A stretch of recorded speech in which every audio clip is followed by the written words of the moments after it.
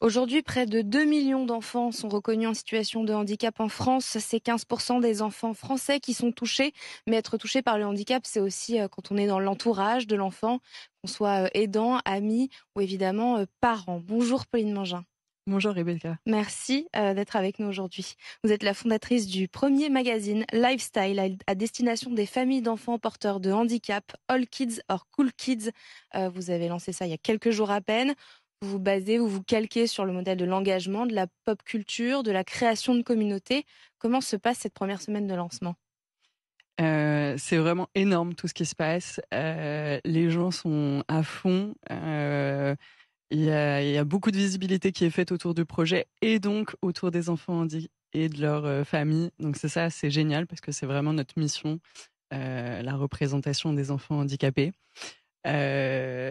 C'est encore plus énorme que ce que j'aurais pu imaginer. On a beaucoup de visiteurs sur le site et c'est vraiment génial. Vous êtes maman d'un enfant atteint du syndrome délétionnel de Q37. Oui. Je me trompe pas. Non. Une forme de délétion chromosomique qui entraîne plusieurs handicaps cognitifs. Vous avez vécu, vous, ce manque d'information, ce manque de représentation. Vous êtes par ailleurs une ancienne journaliste. Est-ce que vous pouvez nous raconter de quoi vous avez manqué précisément? Qu'est-ce qui vous a le plus manqué? Et en quoi All Kids or Cool Kids va répondre au manque que vous avez vécu? Et ben nous, donc, on est tombés dans le monde du handicap il y a 3 ans avec notre fille aînée Marie-Lou. Avec mon conjoint, on s'est vite sentis désarmés.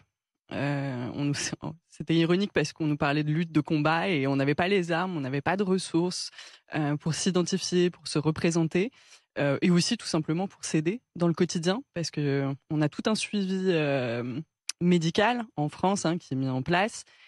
Mais les à côté, la vie de tous les jours, il fallait chercher très loin sur internet.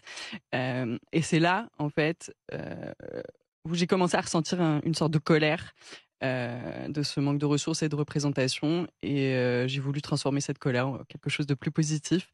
Et du coup, j'ai eu l'idée de All Kids or Cool Kids, qui est là pour vraiment agréger toutes ces infos